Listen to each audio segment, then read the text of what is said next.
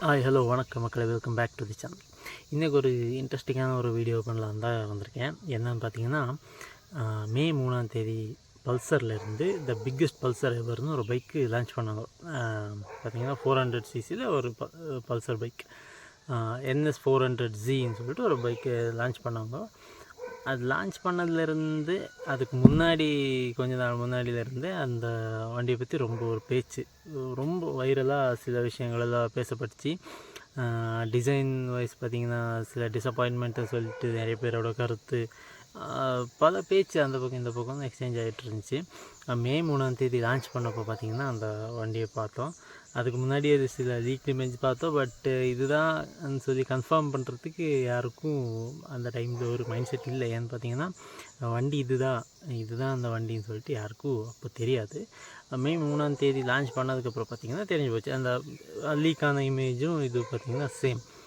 ஆனால் என்னை பொறுத்த வரைக்கும் ஒரு மிடில் கிளாஸ் ஒரு பையன் ஒரு ஹையர் சிசியில் ஒரு பைக் வாங்குறான்னா பல்சர் சைட்லேருந்து ஒரு கிஃப்ட்டுன்னு சொல்லுது. பார்த்திங்கன்னா டிசைன் நான் வரேன் அந்த விஷயத்துக்கு. பட் ஒரு 1.85 lakhs எக்ஸ்ஷோரூம் ப்ரைஸில் இந்த மாதிரி ஒரு 400 சிசி செக்மெண்ட்டில் ஒரு பைக் இறக்குறாங்கன்னா இட்ஸ் நாட் எ ஜோக். ஒரு 400 சிசியில் அவங்களோட ஒரு மெயின் இன்ஜின் அதை இதுக்கு வச்சு இந்த வண்டி இறக்குறாங்கன்னா அது தமாஷ் கிடையாது. அது ஒரு அவ்வளோ ஒரு சர்ப்ரைஸான ஒரு கிஃப்ட்டுன்னு சொல்லலாம் ஒரு மிடில் கிளாஸ் பாய்க்கு. அதை பற்றி நீங்கள் என்ன சொல்கிறீங்கன்னு கமெண்ட் பாக்ஸில் சொல்லுங்கள். ஏன்னா அந்த ப்ரைஸ் தான் 1.85 lakhs ஒரு எக்ஸ்ஷோரூம் ப்ரைஸில் அந்த வண்டி மேபி ஆண்ட்ராய்டு வரும்போது அதிகமாக இருக்கும். பட் இருந்தாலும் அந்த செக்மெண்ட்டில் 400 சிசி பர்ஃபார்மன்ஸ் ஓரியன்ட் ஒரு பைக் அந்த ப்ரைஸில் இருக்கிறாங்கன்னா அதை பற்றி உங்கள் ஒப்பீனியன் என்னங்கிறது கமெண்ட் பாக்ஸில் சொல்லுங்கள். இந்த பைக்கோட இன்ஜின் பார்த்திங்கன்னா அந்த சேம் டாமினார் இன்ஜின் தான். 373 CC liquid cooled engine, 40 PS of power and 35 Nm of torque. But அந்த பவர் ஃபிகர்னு பார்த்தீங்கன்னா டாமினாருக்கு இதுக்கும் சிமிலராக இருக்கும். பட் பர்ஃபார்மன்ஸ் அண்ட் அந்த பவர் ஜென்ரேட் என்னை பொறுத்த வரைக்கும் அது கொஞ்சம் டிஃபர் ஆகும் தான் நான் சொல்லுவேன். ஏன்னா வெயிட் டாமினார் பார்த்திங்கன்னா செம்ம வெயிட். அந்த வண்டி பார்த்திங்கன்னா அது பார்க்கவே ரொம்ப பல்கியாக ரொம்ப வெயிட்டாக இருக்கும். பட் NS 400Zங்கிறது லைட் வெயிட்டான ஒரு மிஷின். அந்த 400 சிசியில் பார்த்திங்கன்னா குட்டியோண்டு ஒரு காம்பேக்டான ஒரு பைக்குன்னா அந்த NS 400Z சொல்லுவேன். ஸோ அந்த வெயிட்டுக்கு இந்த பவர் ஃபிகர்ஸ் டிஃபர் ஆகும், அந்த பர்ஃபார்மன்ஸ் டிஃபர் ஆகும் தான் நான் நினைக்கிறேன். என்னை பொறுத்த வரைக்கும் அப்படி தான். டாமினார் நான் ஓட்டியிருக்கேன். ஸோ அதில் ஏறி உட்காந்து ஒரு தடவை சாஞ்சிருச்சுன்னா பிடிக்கிறது ரொம்ப கஷ்டம். அந்த மாதிரி ஒரு வண்டி. அப்படி இருக்கும்போது இது NS 400 Z அந்த பவர் ஃபிகர்ஸ் சேம் இருந்தாலும் பர்ஃபார்மன்ஸ் வைஸில் அந்த பவர் டெலிவர் ஆகிற அந்த விஷயம் டிஃபர் ஆகும். ஏன்னா இது கொஞ்சம் வெயிட் கம்மியாக இருக்கிறதுனால. ஓகேங்களா. லுக் வைஸ் பார்த்திங்கன்னா ஃப்ரண்ட்டில் அந்த டூம் லைட் ஃபுல் LED செட்டப் தான். தண்டர் ஷேப்பில் ஒரு DRL கொடுத்துருக்காங்க. அது அந்த NSல இருந்தது தான். பட் அது கொஞ்சம் பெருசாக கொடுத்துருக்காங்க, பார்க்க நல்லா இருக்குது. அண்டு ப்ரொஜெக்டர் எல்லாம் கொடுத்துருக்காங்க இந்த வண்டியில். அது பார்த்திங்கன்னா LED தான். இண்டிகேட்டர்ஸ், டெயில் லைட் எல்லாம் பொறுத்த வரைக்கும் இந்த வண்டியில் ஃபுல் LED செட்டப் தான் கைஸ். ஸோ அதில் எந்த காம்ப்ரமைஸும் இல்லை. தென் அந்த ஃப்ரண்ட் போர்ஷன் அந்த டூம் பார்த்திங்கன்னா அது NS அண்ட் N சீரீஸ் அது மிக்ஸ் பண்ணி ஒரு டிசைன் கொடுத்துருக்காங்க. டேங்க்லேருந்து டெயில் ரீஜன் வரைக்கும் ஃபுல்லி அந்த NS 200 எப்படி இருந்துச்சோ அப்படியே கொண்டு வந்திருக்காங்க. ஸோ அந்த டேங்க் பார்க்க எந்த ஒரு சைஸு வித்தியாசம் அதெல்லாம் கிடையாது. அது எப்படி இருந்துச்சு அப்படியே தான் கொண்டு வந்திருக்காங்க.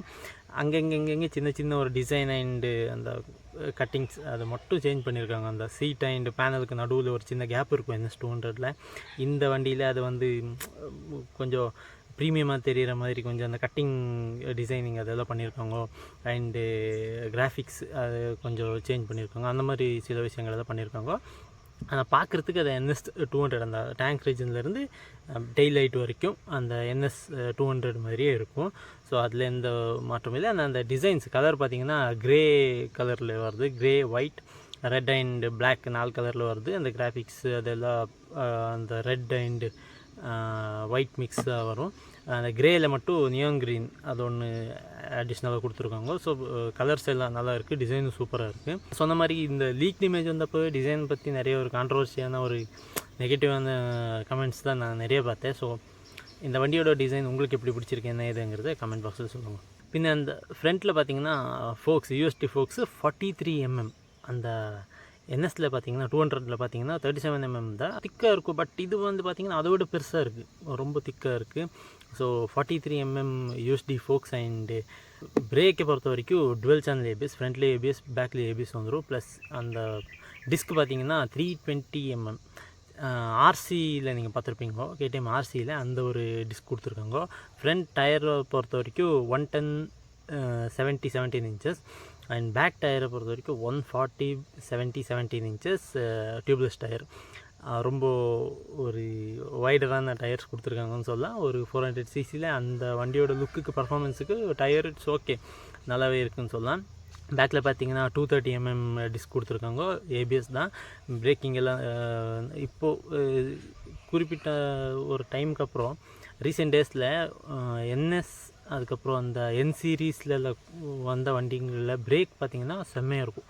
அவ்வளோ ஒரு இம்ப்ரூவ்மெண்ட் பஜாஜ் பக்கத்தில் இருந்து. ஃபியூல் டேங்க் பார்த்திங்கன்னா 12 liters. அந்த என்எஸில் வந்து அதே என்எஸ் 200ல் வந்து அதே ஃபியூல் டேங்க் தான். மைலேஜை பொறுத்த வரைக்கும் ஒரு 400cc மைலேஜ் அதிகமாக எதிர்பார்க்க முடியாது. பட் இருந்தாலும் கம்பெனிலேருந்து 30+ சொல்கிறாங்க. இந்த வண்டியில் எலக்ட்ரானிக்ஸ் பொறுத்த வரைக்கும் கைஸ், லைட்ஸில் பார்த்தீங்கன்னா ஆல் எல்இடி. அண்டு கிளஸ்டர் பார்த்தீங்கன்னா வந்து டிஎஃப்டி கிடையாது. ஏன்னா இந்த பட்ஜெட்டில் இந்த மாதிரி ஒரு கம்மி ப்ரைஸில் டிஎஃப்டி கொடுக்க முடியாது, சான்ஸே கிடையாது.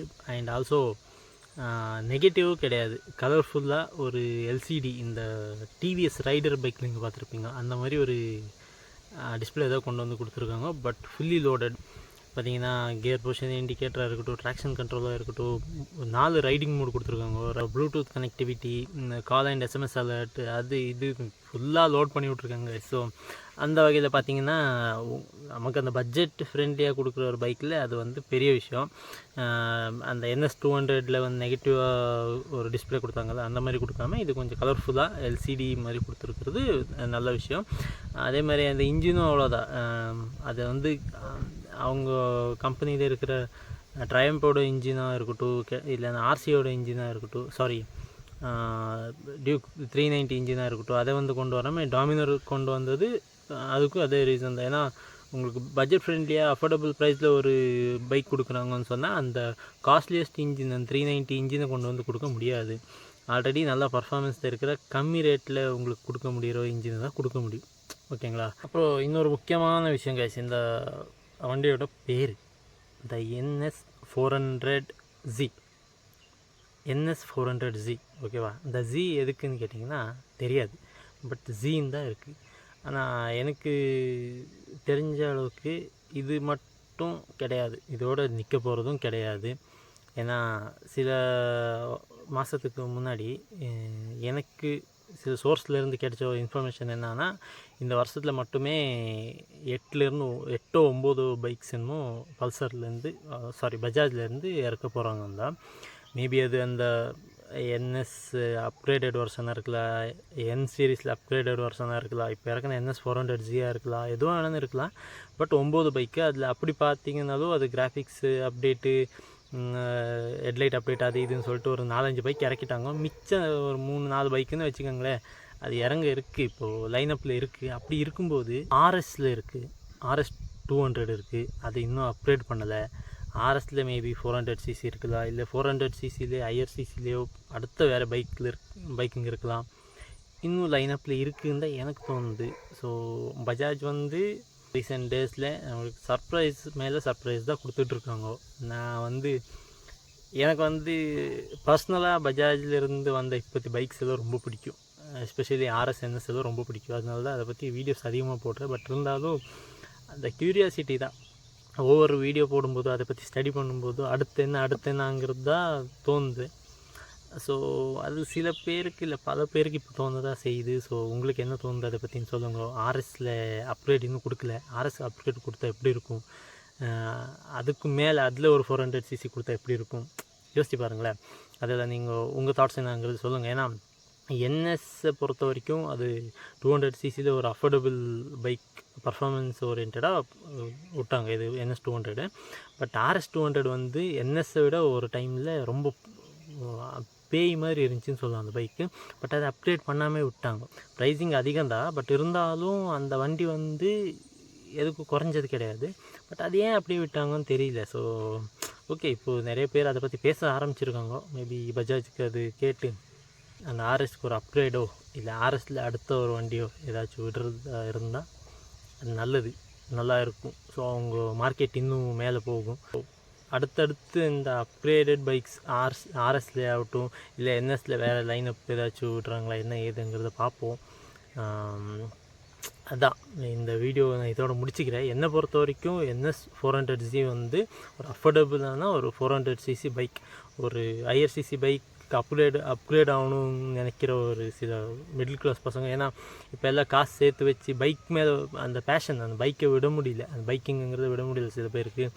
அந்த பைக்குக்காக காசு கொஞ்சம் கொஞ்சமாக காசு சேர்த்து வச்சு வண்டி எடுக்கிறது எல்லாம் இருக்கட்டும், அதெல்லாம் வந்து ஒரு எமோஷன்.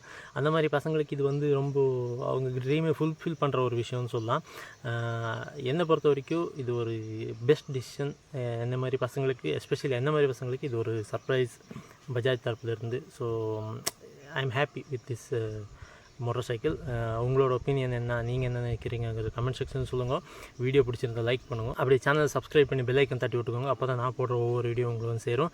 ஓகே கைஸ், அடுத்த வீடியோ சந்திப்போம். அதுவரை வீட்டில் உட்காந்து சிந்திப்போம் என்று சொல்லி விடை பெற்றுக்கொள்வது நான். Bye bye, tata.